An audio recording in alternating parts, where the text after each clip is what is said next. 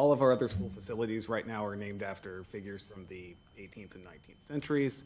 And I feel like having that policy in place would preclude a lot of 20th century local notable people from being included in the naming possibilities. And that's basically it. Okay. So this is a first reading. Do we have the text? Do you have that text? Yeah. Can you read that? It is the responsibility of the Fredericksburg City School Board to determine the name of schools and school facilities in the division. The board may solicit and accept input from the public regarding names of schools and school facilities, but reserves the right to make the final decision regarding the name of any school or school facility. The board may create a committee to make recommendations to the board on the naming of any school or school facility. The board may rename a school or school facility upon a determination that is appropriate to do so. So basically in line with what you were talking about the process. Okay. So I'm not really on board with changing that. I think that there's a reason why the convention is to not name things for people that are currently alive.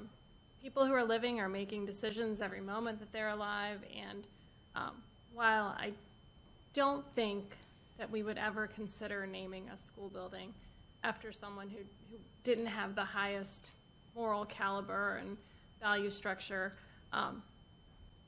people do make mistakes, and it's expensive if we were to name a building after someone and then they made a mistake, and we'd have to rename a building. So I do think that there is wisdom in waiting until someone has been deceased for a decade to name a building after them. My other contention is that I think that naming buildings after people, as we've seen with, a lot of buildings that were named, 60, 70 years ago after Confederate generals, the people that are naming the buildings now, 100 years from now, someone might find fault with that. So I think that naming buildings after, geographical locations or landmarks maybe makes more sense, or even some buildings are named after, sort of broader concepts now, like liberty or freedom.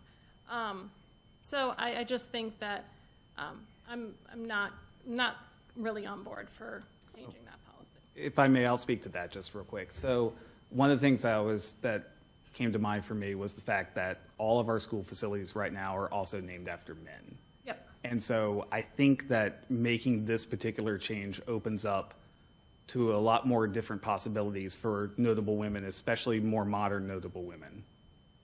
Just because, women have had much more opportunity over the past many decades to make an impact just on our community or on our nation. And I feel like the list of possibilities is greatly enhanced by not having that self-imposed limitation.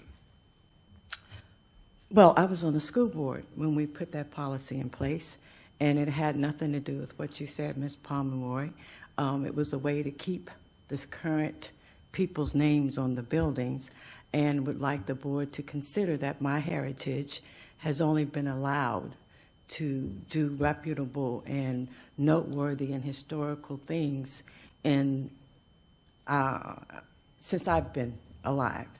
And to wait for them to pass away to be able to put their names on buildings, I think is a travesty. Walker Grant is only on the building because we had a Walker Grant school through segregation. So you're not opening the pool, if you will, if you put those stipulations in.